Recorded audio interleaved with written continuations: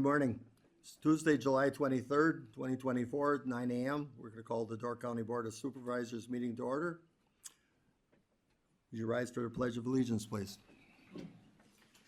I pledge allegiance to the flag of the United States of America and to the republic for which it stands, one nation, under God, indivisible, with liberty and justice for all. Could we have a motion to approve the agenda as? Oh, I apologize. Okay, roll call first. You get the right order here.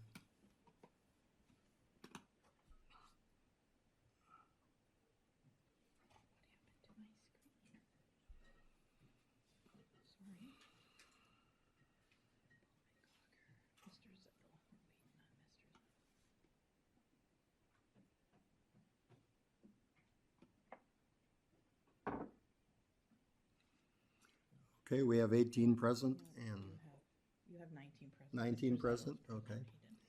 19 present and 2 excused. Okay, the presentation of the agenda.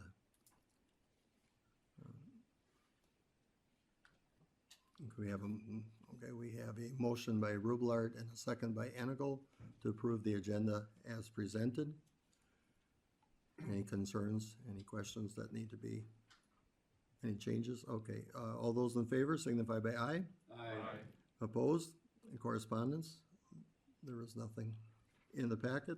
Public comment, first in the audience. Is there anyone in the audience that wishes to make a public comment? Okay, seeing no one in the audience, is there anyone online? Sure, so for those online, if you'd like to speak to the county board, I ask you to please raise your hand and I will give you the floor. I will ask 2 more times. Is there anyone in the public who'd like to address the board? Please raise your hand. And for the final time, anyone who would like to speak? Okay, no one has raised their hand. Okay, the minutes of the June 25th, 2024 meeting were included in the packet. There's a motion by Supervisor Shaw, a second by Supervisor Roy Engelbert. Any corrections, additions, or anything regarding those minutes? Seeing no indication of any. All those in favor of approval signify by aye. Aye. Opposed? Okay, the minutes stand approved. The county administrator, the monthly report on operational and capital projects. Sure, so the monthly report is in your packet. It was pretty standard this month. But the one thing I did list on the agenda, so it's more specifically listed, was just an update on the museum and archives project. Again, that's been brought to the committee, and the committee wanted to bring this an update to the full county board, just in terms of where we're at. For your reference, it's been discussed, what have we done in this project, this kind of year to date. So at your place, we have a summary of all the expenditures that date all the way back to 2008. So this is one of those projects where we've been looking at some type of update or improvements to the museum since that point in time. So if you look all the way back from 2008 until about present, we have about $1.6 million expended towards that project. I'm just going to do just a brief summary just for the full board, so that way everyone's kind of on the same page. But again, if we just talk about the overall project history, again, this goes back even before 2008 in terms of, some of the discussions related to the museum itself. We went through a process in about 2018 and 19 in terms of looking at, again, what we were planning to do with the museum. We looked at several options, and one of them even was to get out of the museum business. And at that point in time, we did not have a partner that would actually do that work for us. And the county board made the decision that they wanted to maintain the museum and also the archives. Since that progress was made, we had an individual that worked for us, Stephen Rice, who actually worked very well on the museum and also the archives to build, I guess, more unified approach in terms of what we would do as far as not only the museum but also the archives throughout the county. And then that's where we started to move forward with putting together the actual project. And we actually we worked with an architectural firm, and we put that out actually to bid last year. And that bid came in too high, quite a bit high. We had about $5.8 million prepared for the project and the bids came in about $3 million over. So that was a mishit on that one. In terms of reasoning of why that was so far off, if you're wondering, a number of reasons, but the main part is just really the pricing in Door County. And the architect had talked about that, is that really their estimation in terms of what they were working on did not match what actually came in as far as the bids, and both in terms of both product and also items that were specified within the project itself. So with that, obviously we said, well, what are our options to pursue moving forward? And that's where we had discussions at the committee. The architect fully understands that it's their responsibility to provide us a project that was at least in scope and in budget, so they're willing to do that with us. To make that happen, though, we did have discussions at the committee level, and obviously if you're off that much in terms of the project, there's some things you can cut to bring the numbers down that are easy, but obviously you're looking at probably square footage reductions in terms of the facility itself to make it into the budget range itself. So really what I wanted just to kind of report is that we had that discussion at the committee, and we're hoping to work with the architect in bringing forward a updated design. But really the key parts of the project, we're kind of modifying it a little bit. And this was presented both at the committee and also to the library board. And if you recall, the original building design was really focused on both having a museum and a public-facing archives. And now what we're looking at doing is making the updates to the museum portion itself, having storage for the archives, but really having the archives portion itself be served through the library. In other words, a lot of individuals are very familiar with going to the library, looking for information, and a lot of times your archives are actually a digital format. So whether that's incorporated within the history room, or again, we're looking at doing an update to the library within the next 5 years, how that would be incorporated into the programming of the library will be, I guess, determined at that point in time. So with that being said, the key aspects that we've kind of talked about at the committee level and will be conveying with the architect and looking at updating the design would be really looking at the museum and archive storage. Obviously, storing those materials has always been our core of what we wanted to accomplish. Obviously, we want to look at the key systems within the existing museum to make sure they're current. We want to have a public entry that's ADA accessible for the museum. We also want to update the bathrooms. And then obviously we want some form of office and workspace to be able to work with the archives and those materials. So really that's the core functions of what we're looking at. We're still looking at this as a long-term facility. So it's not something that we're trying to scale it back, but we do understand it's still a museum or addition onto the museum. So we still want it to look nice and fit in with the downtown. So that's still part of our core too. I just wanted to give an update of where that's at. We'll be working with the architect in the coming months to put that project back together. It'll come back through the committee, and ultimately we'll bring that back also to county board before it goes out for formal bid again. But just wanted to provide an update on that project because again, that's what was discussed at the Highway and Facilities Committee in terms of how to proceed with the project. So I don't know if there's any questions, but I just wanted to give an idea of where we're at on that because it's been one of those things that's been discussed quite a bit, and the committee wanted to make sure that the county board is on the same page in terms of what we're trying to accomplish. I know the committee's here that can add any additional input, but it just kind of gives us a good idea of where we are to date on the project itself. Okay, Supervisor Thays? Yeah. I guess as part of the committee, I do want to comment because that is a good report as to where we're at, but just to add a little bit more context to the temperature of the project, so to speak. As it relates to the 1.6 million, I always think you need to caveat that by saying, yeah, there was $1.6 million spent. However, a large portion of that is the real estate that we still own. A large portion of that is things that had to happen to that corner property, whether we keep it or not. So it shouldn't give the feeling that the county disparaged $1.6 million. Now, there's the debate about what we spent on engineering and what we're going to get for that, and I think that's proper in having that debate. But also just to add context, and anybody that's on the committee can tell me differently, but the committee was fairly sound 2 meetings ago at really stop.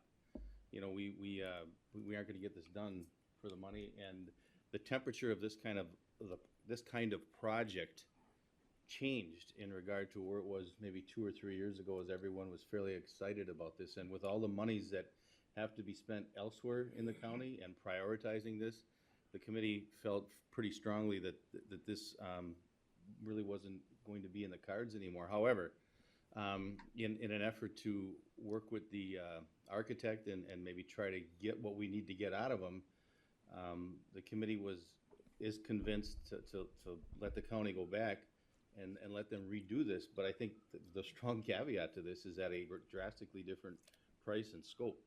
So, and the words that were used is that, you know, a budget yet to be determined and a scope yet to be determined is what this architectural firm is going to work towards. So I think that's important. Really, I don't want anyone from the general county board perspective that's not on the committee to feel as though we're taking another kick at the can, pull a few things back, and we're still going to spend $6 million. That's not where the committee is on this at all, right? So if anybody on the committee feels differently than that, that's my feel on how and where we're at with this project. Okay, Supervisor Shomel? I'm trying to understand between the, I mean, I appreciate good design and that we put time into it, and I think that that's good, but the like $400,000 in 2023 and then another 54 almost in 2024 to update the design plan, unless I'm reading it wrong, this is the schematic design fees. And so I know that that's a part of it, but I'm just wondering, you know, if we knew the budget was 5.8 and then it was going to be up to like 8.8 because it was 3 million over, are we still looking at, like, what budget are we looking at now? Because if it was already at about 5.8 and we don't want to spend the extra 3 that the plan came in over, are we going less than 5.8? Are we sticking at the 5.8? And then do we have anything like how much the design, like percentage of the total cost the design fee should be? And I'm glad it's much lower. Going from 400,000 down to 54,000 is much better. So maybe that was their kind of wiggle room with like redesigning something that came in over cost. And everything is way higher than anyone expects for building. So I completely understand, but just wondering where the budget is now. Again, I think Supervisor Thays had brought up, the committee didn't really set I guess, a target number at this point in time. In terms of the design fees, that second part is actually when they put together the final bid documents, is that's where that bill came from.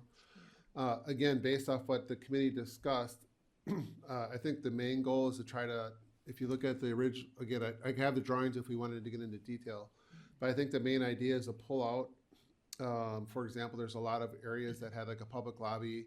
There was the training center and all the things that were available, and that type of thing will probably be drawn out. And the committee wants us to focus in on that core. Now, again, when we're off by 3 million, is that new core, does that still bring it in within a $5 million budget, a $4 million budget? That's not, we weren't quite sure on that. But I guess what our goal is and what the committee has instructed me to do is to try to go back and have them look at that scope and actually draw that back. And obviously come in well under budget would be the discussion. Now, we didn't actually set a number, but I think that was the flavor of what the committee was looking for. Again, is that our goal is not to spend that amount. Our goal is to design what meets our core and, again, try to scale that back so it comes under budget, with the thought process is that if we come in under budget, those funds could then be used for whatever we think is going to happen at the library out 5 years from now. Okay, Supervisor Miller? Thank you, Mr. Chair. Just to kind of follow up on that with the Finance Committee, we had also had this discussion where we're looking at the KIP. We have requested to come back to the Finance Committee and give us a more prioritized listing of the many things that we have in front of us, especially with some of the higher cost projects that we have. So we've asked them to come back, not that this project is not important, because it is, but where does this sit within the other 3, 4, 5, 6 things that we have to look at this year? Mm-hmm. I guess I'd perhaps add some comment to that also. Going back, I think it was the June meeting held at the airport. Most of the committee at that time expressed concerns that the architect hadn't brought a project to fruition close to the budgeted amount. And as far as continuing to work with them, Ken was asked to work and see what obligations they had to provide a plan to us. But at the same time, while there's continued support for the museum, and it's been evident by the dates shown on these expenditures, that it's several different county boards that have been working to improve that museum and museum property. But to start with the budget of approximately 4 and then go to 5.6 and now to the latest estimate seemed rather unacceptable, and trying to bring something back to that original budget was more of what the committee felt appropriate. I don't know of anyone else that was there at that committee meeting that seemed to be at least a consensus. So, any other questions regarding that? Vinnie? One more about timeline. I think it's easy to have time go by, and we see how much time has gone by, and every a bit that goes by, the budget needs to go up, not down, because all the costs keep going up. So I'm just trying to understand, like, I want to have everyone's thoughts about it be respected between different county board members and county boards as they change with members. But at the same time, the longer we keep pushing it forward, the more expensive it gets. So by reducing the budget, we're double reducing it because it's been multiple years. So I think we should keep the budget where it is, not reduce it, and get going on it, because it's just we're going to get less for more the longer we wait. So, yeah, that's my thought. Well, a factor that enters into that discussion is not just the additional projects, but as the administrator mentioned, the library and archives, that looks like it could be maybe close to 5 years out. Certainly we can start planning on what goes into that building before that, assuming some of the space is vacated. But so those two projects perhaps have to begin to be coordinated a little bit as to what space is available for archives, and work to that end. Any other comments on any of it? Questions? Excuse me, usually staff is not participate in this discussion. Do you know where? Okay. This is meant for the county board members. Okay. Okay. Any other questions on anything else on Ken's reports? Go on. We'll pending business or updates. I have nothing there. Or is there something? I'm sorry. Right. I'm sorry. Okay. Thank you, Mr. Chair. Page 5 of the report of your packet, I believe the museum donations have got 10-1-24. I think that's a misprint. Should it be 10-1-23?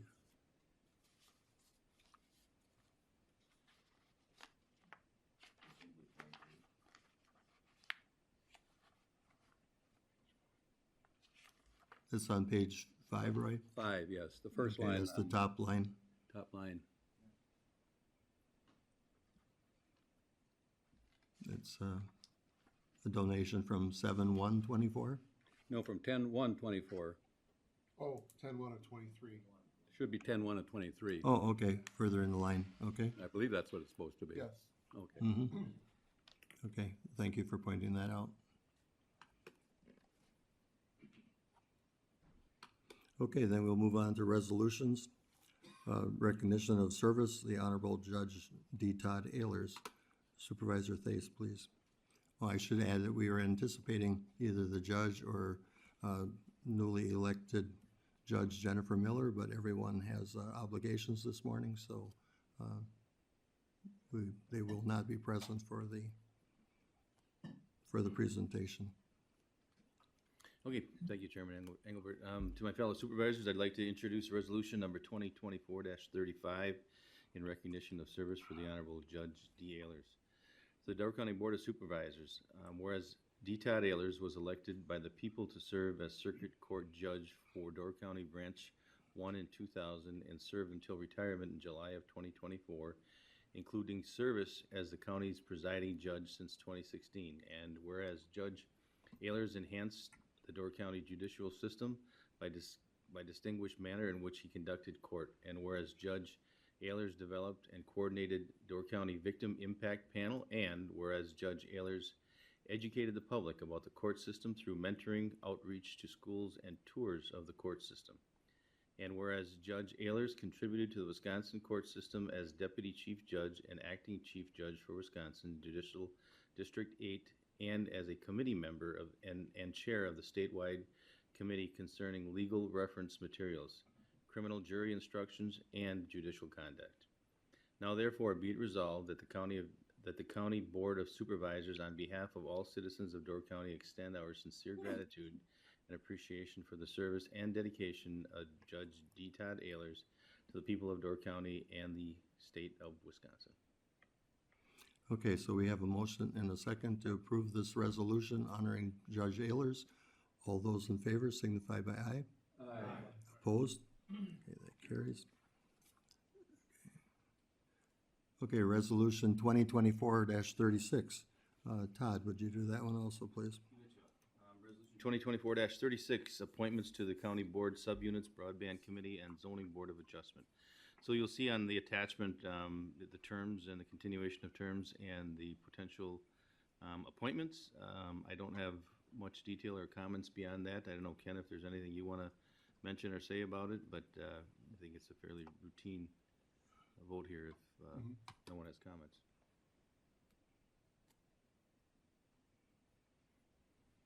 Okay, seeing no comments or questions. All those in favor of approval of the resolution signify by aye.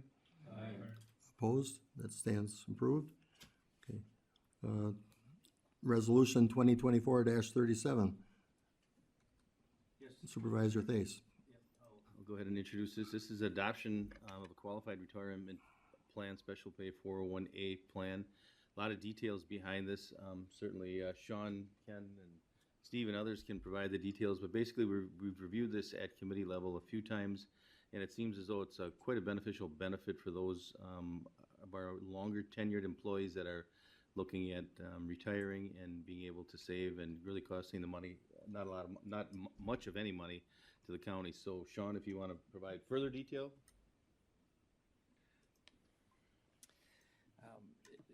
This relates to a program that was implemented June 1st. And if the board remembers, there were really two plans. And those plans were a place for the county to invest the funds that an employee upon voluntary separation would receive for PTO, vacation, sick time. We have a policy where we pay out a portion of those funds. And when we do that under the old way of doing things, they were taxed in a way that was not beneficial to the county and not beneficial to the employee.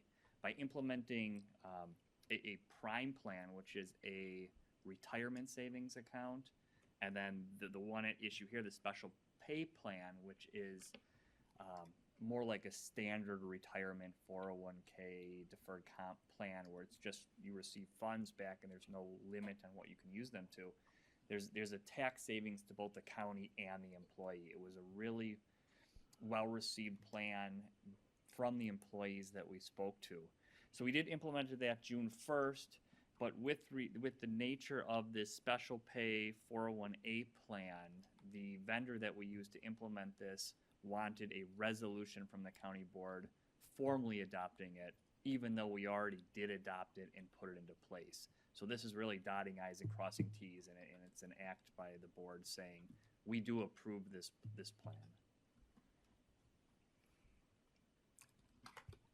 Okay, any questions of Sean? Otherwise, okay. On a motion by Thais and a second by Voigt to approve the qualified retirement plan. All those in favor signify by aye. Aye. Opposed? That carries. Okay.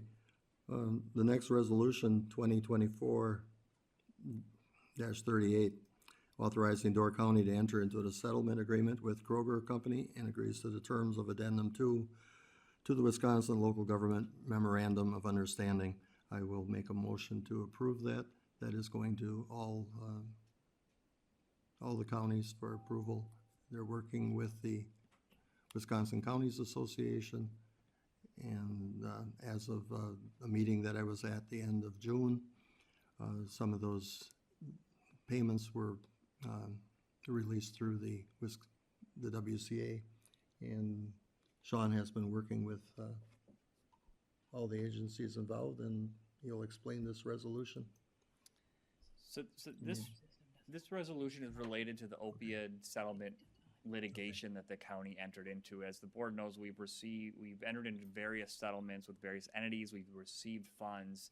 This pertains to the Kroger Company, which is a large entity that holds various grocery stores, essentially. The one most familiar in this area is Pick and Save. My presumption is they have pharmacies in some of their grocery stores, so they were distributing opiates and were seen as a defendant in this matter. There is a agreed upon resolution with the Kroger Company where it's $1.2 billion being paid out of over 11 annual payments. Now that's a nationwide settlement. So the state of Wisconsin will receive their share of funds. 30% of that will stay with the state. The other 70% will be allocated among the participating counties and cities. This resolution before the board allows the board to approve participating in the settlement, receiving those funds, and adopting the same distribution percentage among counties that we've used for all other previous settlements. Another wrinkle of this is that by signing this resolution, we're agreeing to set up an escrow account for attorney's fees. Now, at the federal level, there is a fund that was established to fund all the attorneys that the attorneys that representing the counties in the state will tap into to satisfy the amount owed to them. It's anticipated that that fund won't be enough to fully pay the legal costs. So 20% of each payment we receive will go into an escrow account that will go to fund the attorneys under our engagement agreement with them. But essentially by signing this, the board is telling Ken and I that go ahead and enter into the settlement agreement and start receiving those funds. If there's any other questions, I'd be happy to answer them.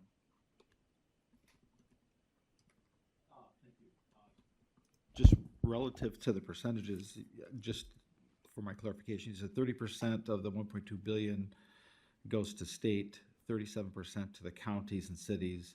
It sounds like you said 20% in escrow for attorney's fees. Where's the other 13%? Well, of the, say the county receives $1,000, 200 of that will go, of the 1,000 the county received will go into an escrow account. Right. And every county would do that similarly, that the administrator would hold that the firms could satisfy their fees out of. After those fees are satisfied, they'll disperse the remaining. So each county, my understanding, is paying their applicable percentage. And if you want to look at those percentages, they're on page 79 of the packet.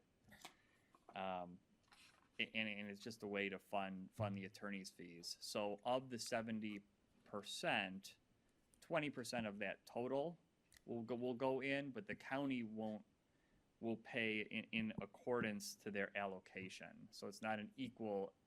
Every county is not paying equally. Like Milwaukee County is paying the lion's share because they're receiving a lion's share of the funds, but it still will be 20%. Okay, so it's just to let me repeat that or rehash that. 30% of the state, 70% to counties and to counties and cities. Yep. And then of that 70%, 20% of that is basically an escrow. Yes. For attorney's fees. Correct. Thank you for the clarification. Okay, are there any other questions of Sean? Any further explanation? Are there questions of the newer members on board that they're aware of what this whole opioid settlement was about? Okay. Could you give any sort of comment to that, a little more history? Yeah, the thought is that opiates, I mean, very generally, opiates were pushed, they were oversold, and because of that, it created a crisis that counties, municipalities, states had to deal with. And in dealing with it, they expended great sums of money, of time. So with the litigation, the counties across the country, the states across the country said, we want to recoup this. This isn't our problem. We didn't create the opiate epidemic, but there were parties that contributed towards it. And we're gonna band together and we're gonna bring action against those entities to try to recoup some of the funds that counties and states spent to combat the opiate epidemic. That's this litigation in a nutshell. And so far, there's been a number of the distributors, the manufacturers, and other involved entities that have settled and said, they're not admitting liability, but essentially are giving funds that must be applied by the governmental entities receiving them to remediate the effects of the opiate epidemic. So those funds aren't for general use, they are for correcting past issues and current issues. Okay. Supervisor Shulman. Just, it doesn't have to be now, but for a future time, or just a reminder, do we have some kind of budget schedule for what would be coming in over a time period, and then up, like is it going to a certain department? Or, I mean, I assume whatever, however we remediate, but I just forgot what the budget schedule was for that. I don't know if we have it. Thank you. Yeah, if you turn to page 83 of the packet, it's actually attached to the next resolution, but that is excluding this latest rounds of settlement. That's a breakdown of what we can expect as a county through 2038 to receive in opiate settlement funds. So that will bump up a little bit, but as of right now, the agreed settlements, that's that $1,181,000 is what we can expect, and you can see the breakdown per year and what we will receive. We don't have a budget for like where we're gonna put it though. The next resolution is asking for some of those funds. Yes. To date, the largest request of opiate funds or earmarked expense is sober living facility. And I think that's one of the areas that we would like to see these funds go to. But that's the only request so far, with the exception of the sheriff's office had requested using some of the opiate funds for a scanning machine, which is more X-ray for people going into the jail to scan them to see if there's any drugs that they're trying to smuggle in to the jail. I don't know if there's been a decision on how we will pay for that yet, when we will pay for it, if we will pay for it, but that was the only other request for opiate funds that I'm aware of. I think some of the discussion at prior finance committees, not recently, but when some of this was initiated, that those funds would be targeted towards drug use, drug Yeah. projects. I just wonder if it would be similar to when the ARPA funds came in and committees put ideas in, or, put together sort of a thought for a plan for using the funds. I'm sure departments have ideas, but it just, be good to see them sometime. This is a large settlement over the years, but each year it's a much lesser amount than what we were dealing with ARPA. But Ken, you have any comment to that? Yeah, the only thing I just clarified, in this one, it's very specific that those funds have to be used for items related to opiate use or prevention. So really, that's gonna really fall into Joe's area in terms of both his services that he provides for treatment, and obviously public health, which is also obviously still part of Joe's area. And again, the sheriff as well can, again, request some of those funds, and that's why part of that. But you're really looking where it's not, well, there is some other opportunities, but I think the primary focus will be through human services. I know there's been some discussion maybe, and sometimes you have veterans that are also part of the individuals that need treatment, but I think that'd be in cooperation between Joe and veterans, for example, if that was ever a need. But again, these funds are very targeted in how they're used, so it's not going to be really opened up to all the department heads for allocation. Okay, we have a motion and a second then to authorize Door County to enter into the settlement agreement. All those in favor of approval signify by aye. Aye. Opposed?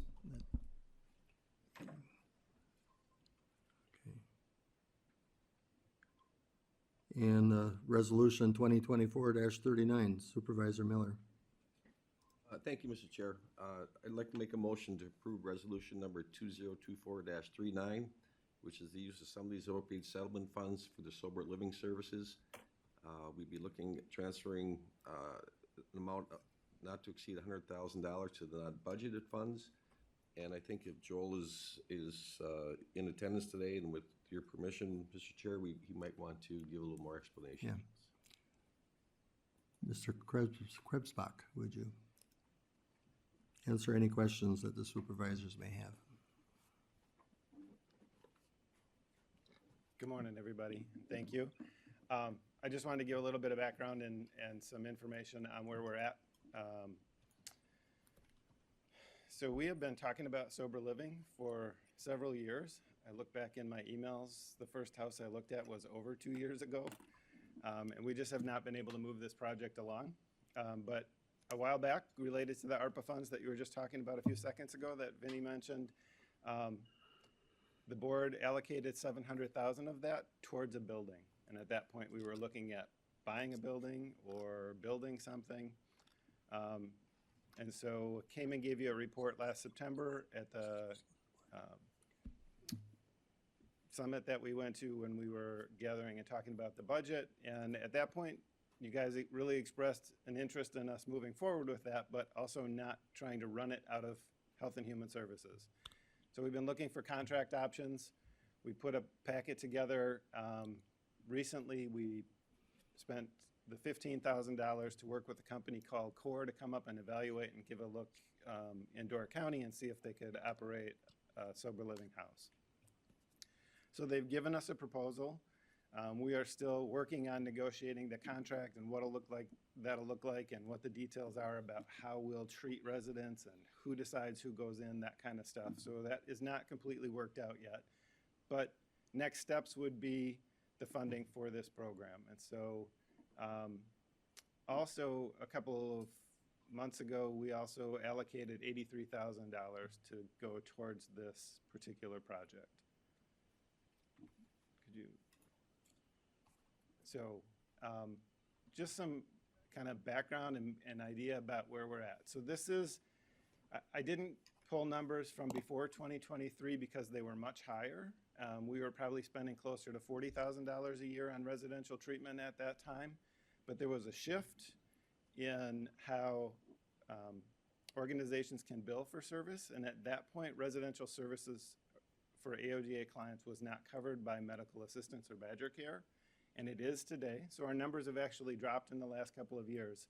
So last year, we spent just under $19,000 for AOGA residential care, again, where we were sending people out to services.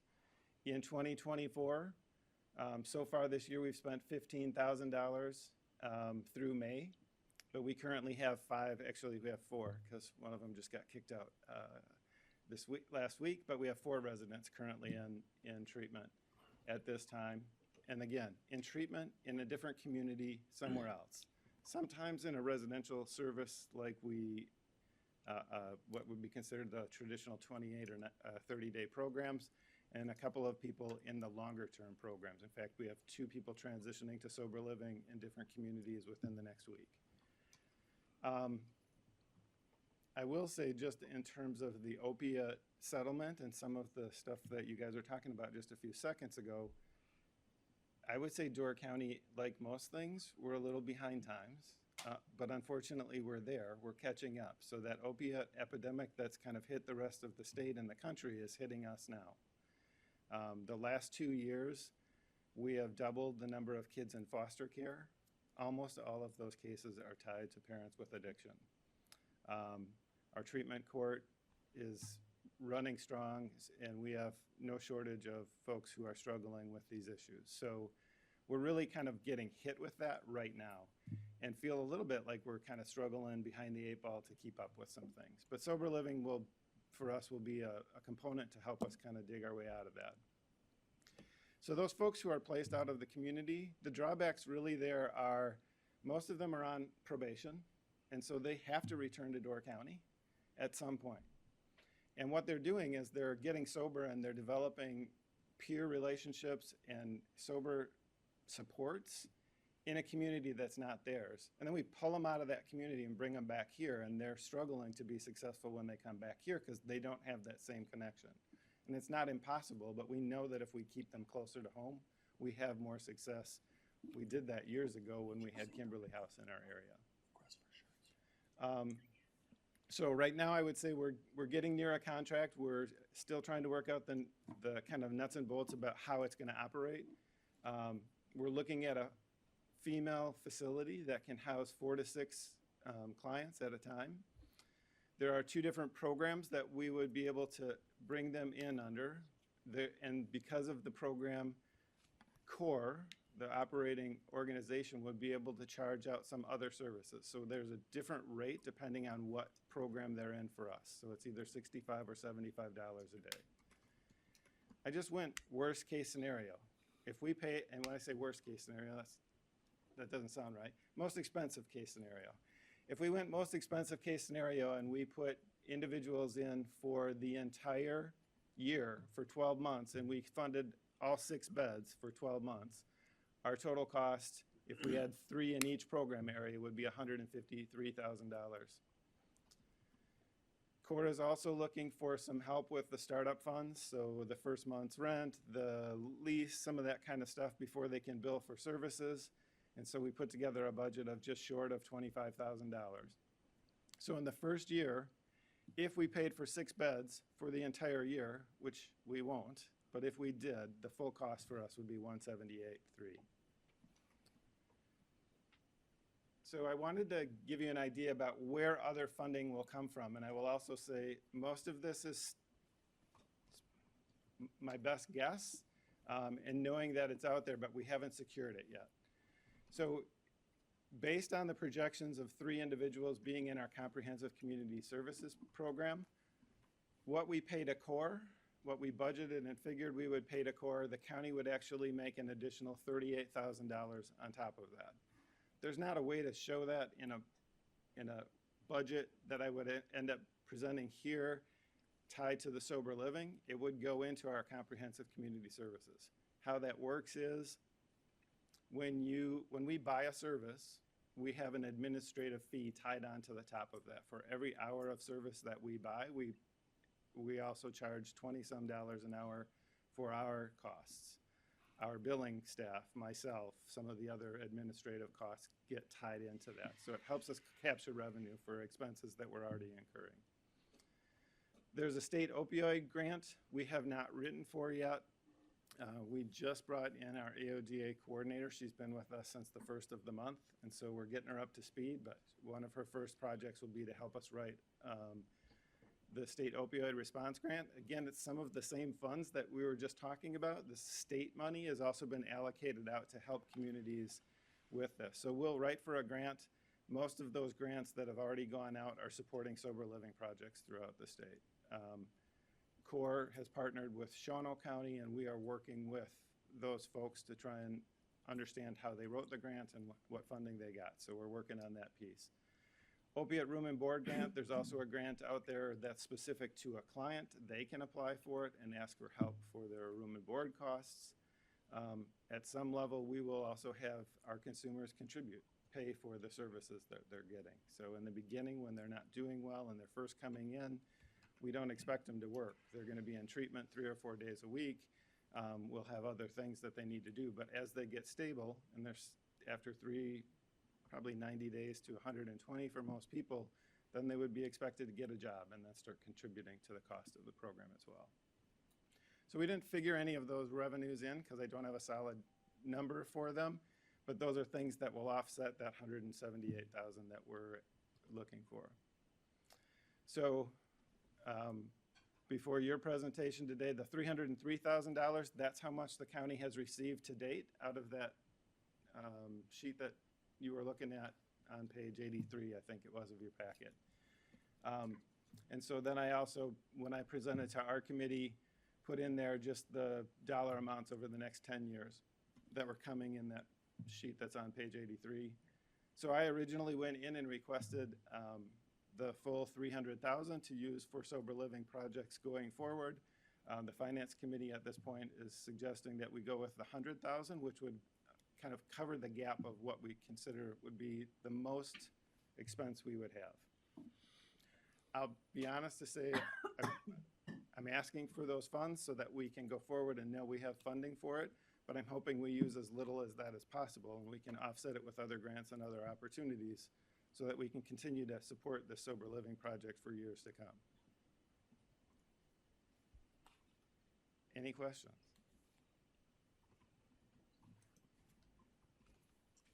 Okay, seeing, who was that? Okay, Todd? Yeah, Okay.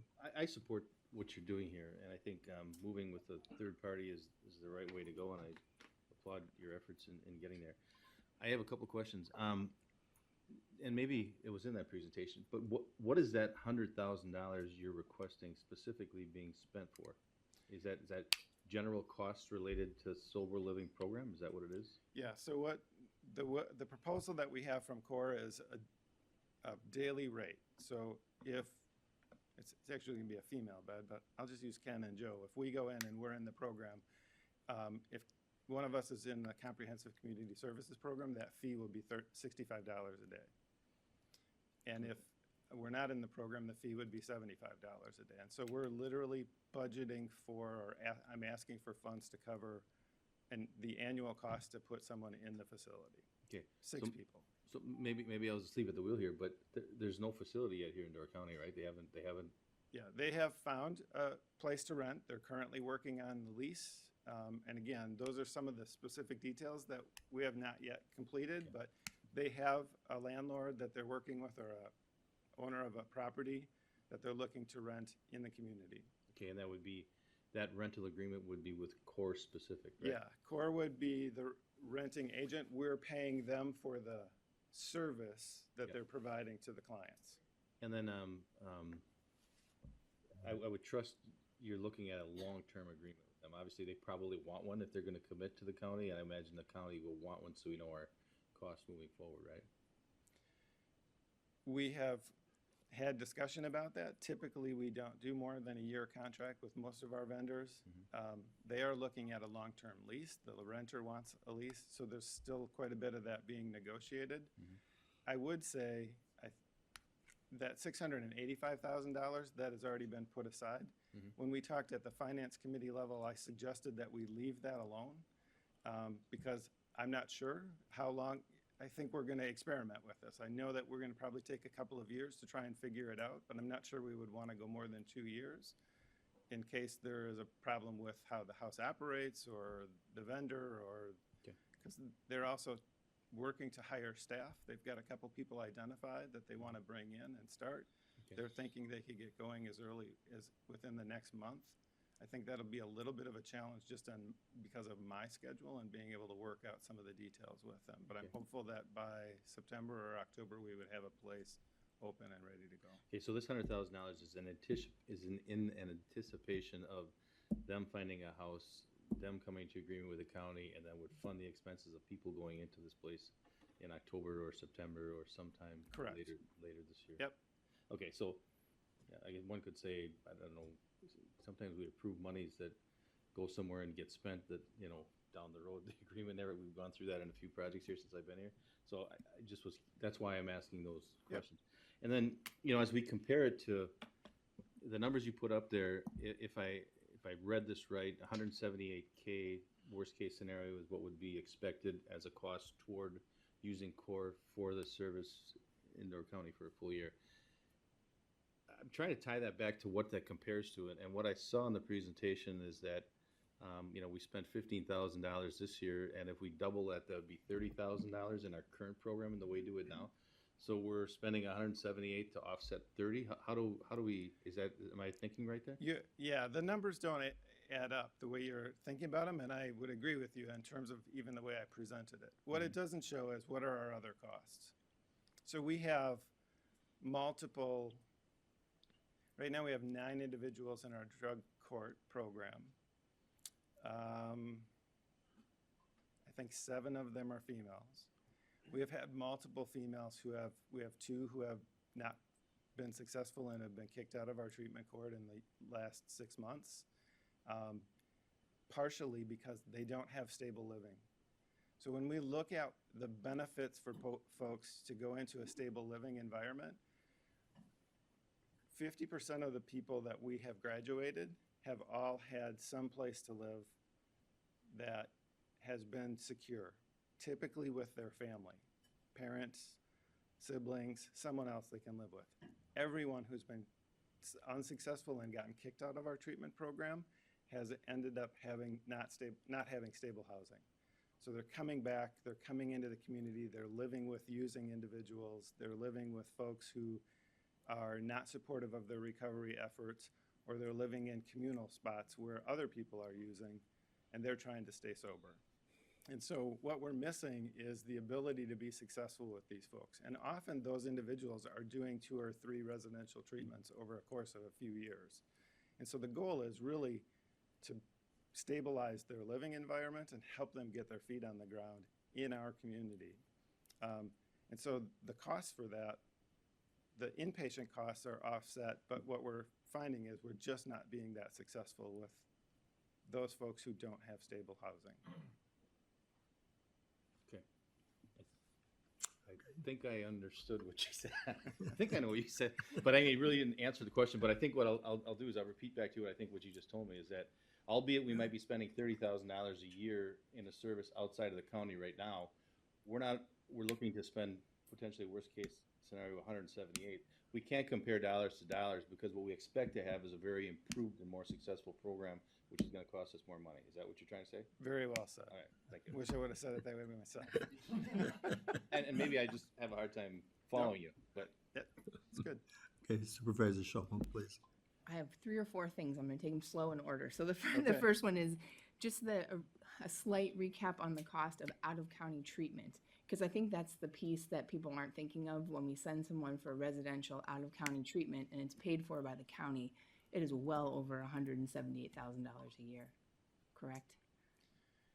I mean, I'm talking any kind of addiction treatment, which this house may or may not do the treatment, but it's that perspective of success. Like if you pay for that treatment and it fails and someone comes back and needs treatment again, it's an additional cost. Correct. So, I mean, I don't expect you to give us an exact number on that, but I mean, I we've can give you an seen the bills example. on some of those and they're hundreds of thousands of dollars. So, Yeah, I can give you an example. I mean, so, and again, it's hard to quantify some of this stuff because we're talking about people and we all are different. We all operate different. But what I presented with you is I try to be as conservative as possible. So I'm looking at residential specific alcohol and drug abuse treatment services. We pay about $1,700 a day for psychiatric care. If I have an alcohol and drug abuse client who is expressing suicidal ideation, they go to the hospital and we're paying $1,700 a day for them to be in a stable environment. And from there, they often go to residential treatment. We have one individual who we provided almost 6 months of treatment. He costs about 30% of our entire budget last year of $700,000. So I don't have a guarantee that I'm going to put somebody like that into this sober living and they're going to do well and we're going to not spend all of that money. But that's the goal. But quantifying that and giving it to you in a factual way would be hard to do, and I don't want to try to misrepresent where we would actually, the actual money I know we're going to save. I'm just trying to be that conservative. But yes, that happens with many cases. So we have a young lady who has had 2 or 3 rounds in the last 2 years of inpatient treatment and failed when she came out every time. So we've paid multiple times to have them in. And again, one of the other shifts just recently was that medical assistance will pay for that residential care. So it's not all coming out of the county coffers at this point, but it's saving taxpayer dollar if we get better outcomes over time. thank you. I mean, I like to see this success for the person, but it also helps a lot with the budget. And I think that's the point of having it in the community, and I'm very supportive of it. And I guess I wanted to clarify, did you ask the finance committee for $300,000 of the opioid funds and they approved $100,000 of it? And I'm just wondering if that's the case, if someone from the committee could explain the thinking behind that, because I think the 300 came from 2022 through 2024, the total of that settlement, and I guess I'd like to see that be available for this project and not be given out in smaller bits than what's requested, if that's what happened. So, thank you. Just to give context, I think the committee was very supportive of what Joe was trying to accomplish. And in fact, when we discussed the sheriff, the committee actually preferred that the opioid money stay focused on treatment alternatives that Joe's bringing forward. But what the committee did want to do is not allocate all of it all up front until we know more about the success of the program. So what they did ask him is, okay, what do you actually need for that first year to operate? And that's what Joe suggested was the 83,000 was the startup. And then the additional 100,000 would cover its expenses, and that's what the committee felt was appropriate. But I think the finance committee was fully supportive of using those dollars towards the treatment alternatives that are needed to be successful. So it's not that they were trying to scale it back on him. It was just a discussion with Joe in terms of what he needs to move forward. So it was a positive discussion that way. Great, thank you for clarifying that. And then the other part, I guess, would be for the CIP in the future. If we have that $685,000 from the ARPA funds for future sober living facility possibility or lease or agreement or operations, however this comes to be, I'm thankful that we're doing that for 4 to 6 females. We need to do it for men as well. So I'd like to see some CIP funding be considered to be put into that fund as well, not just the ARPA funding as we're looking at facility or operational use. I know we don't use that for operational expenses, but if we're going to do a program like this instead of building or buying a facility, I think we need to consider putting some of those funds into it. So thank you. Okay. Supervisor Enigal. Thank you. Now, we've kind of delved off of the original intent of the resolution for funds, and since we have, I'm going to ask 2 questions, because you did mention females only. So obviously, it is not a sex-based issue, so help me understand how you arrived at that. And what's going to happen to the males that are... Yeah, they're going to be out of luck at the moment. And so I could talk about this stuff, and there's a lot of things even specific to what Vinny had asked, but males will not be available. We decided to go with a female bed because we can only afford to do one to start with. These have to be separated, I presume? Yeah, and they need to be separated. And right now, our biggest impact in Health and Human Services across all divisions is on the female side. Number of individuals in treatment court, number of kids in out-of-home placement. That's a driver for us, and we need to get a handle on that because our length of stay, particularly for kids who are in foster care, is growing, and we want to shrink that, and that means getting people sober first. It seemed like what the answer was going to be. I just appreciate you saying it because I don't remember us ever having at this level a specific conversation about that. Correct. And then the open space in this building, when we do not have it fully occupied, is that become rentable? No. In other words, okay. And why not? Because the assumption will not be that it won't be open space. I mean, I assume that once we open it, we will have females to go in it. I believe that will be full within a couple of months.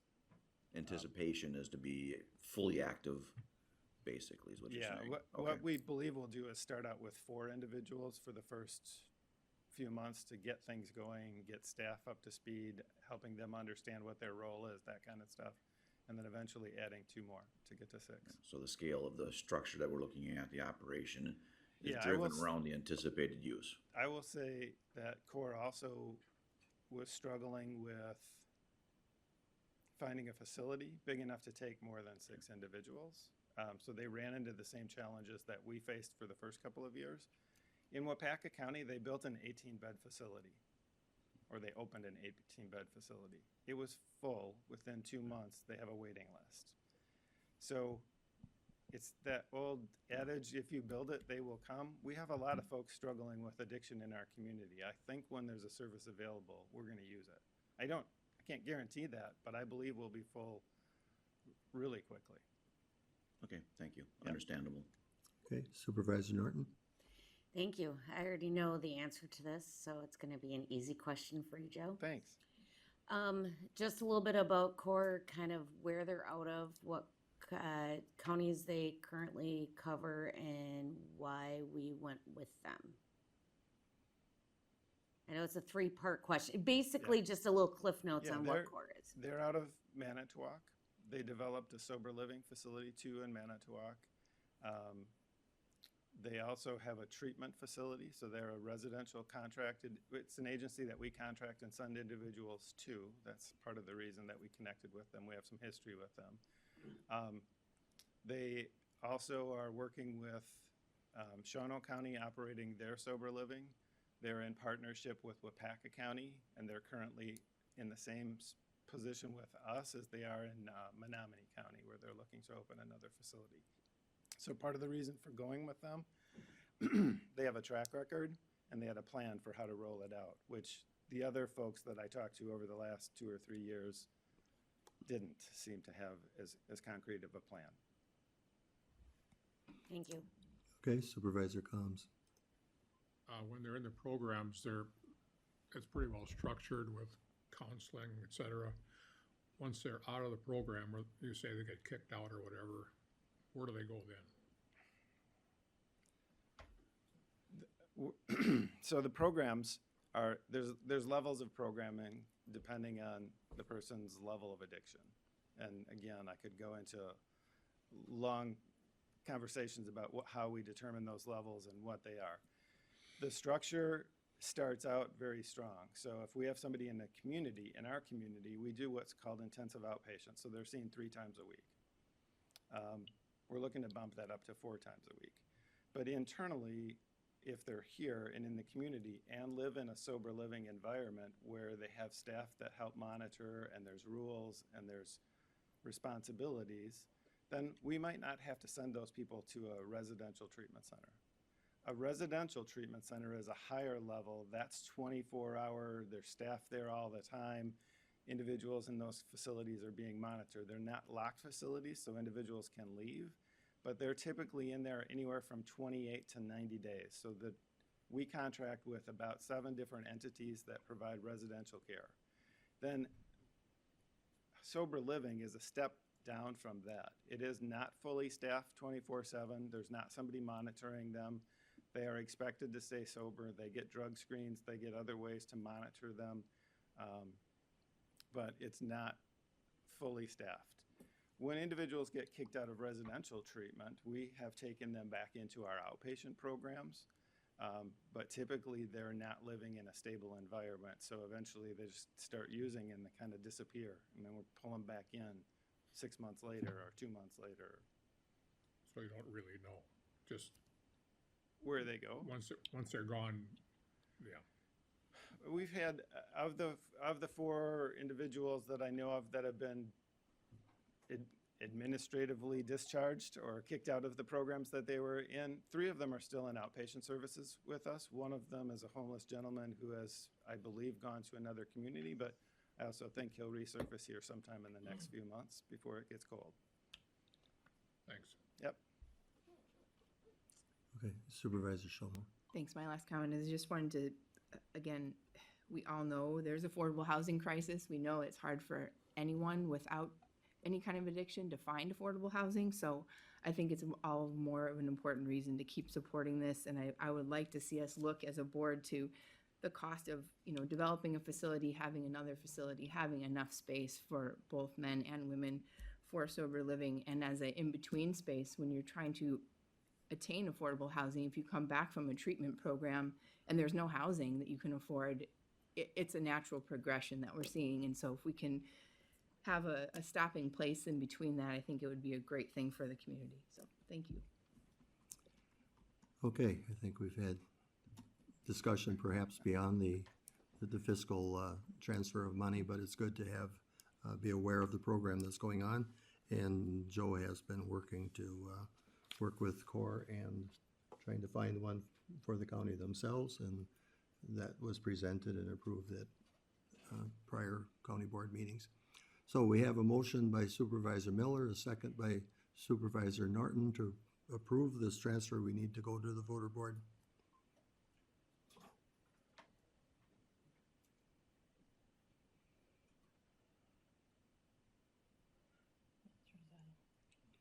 Mr. Zettel?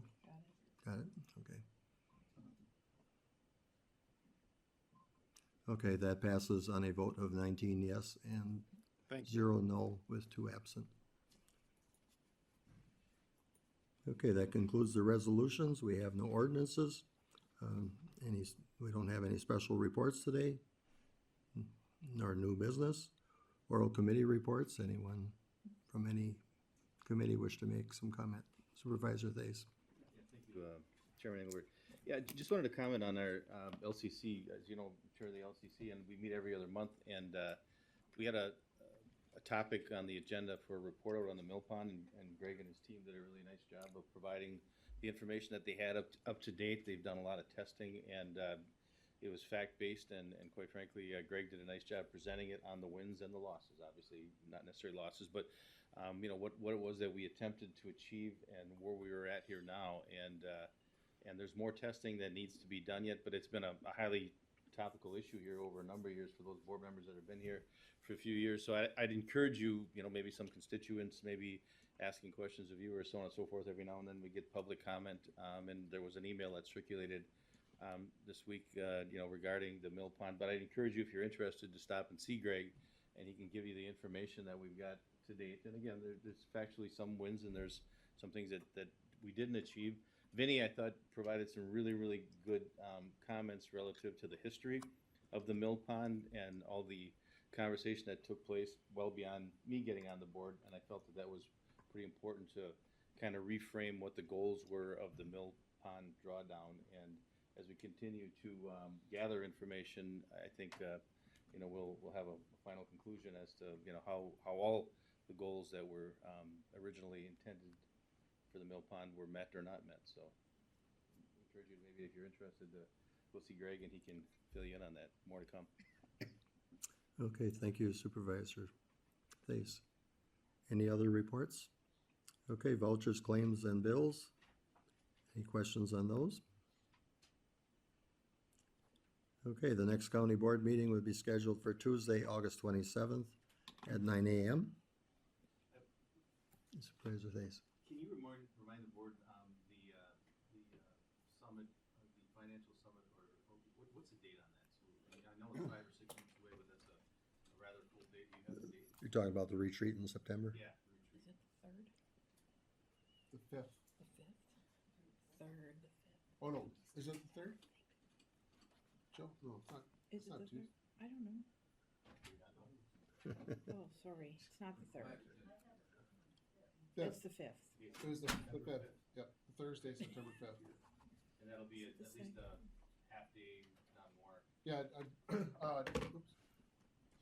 Just because there's also the finance committee after that, I'd planned for at least 2 o'clock, from 8 a.m. until 2 p.m. at a minimum. And then finance would probably be there, so finance committees, I'd say, plan for like 3. It's a full day. Starting at what time? 8 8 a.m. o'clock. 8 a.m. Mhm. September 5th. Yes, September 5th. Do we And that would be up at the landmark, or is that what? Right now, it's gonna be at the Crest Library in Egg Harbor. Okay.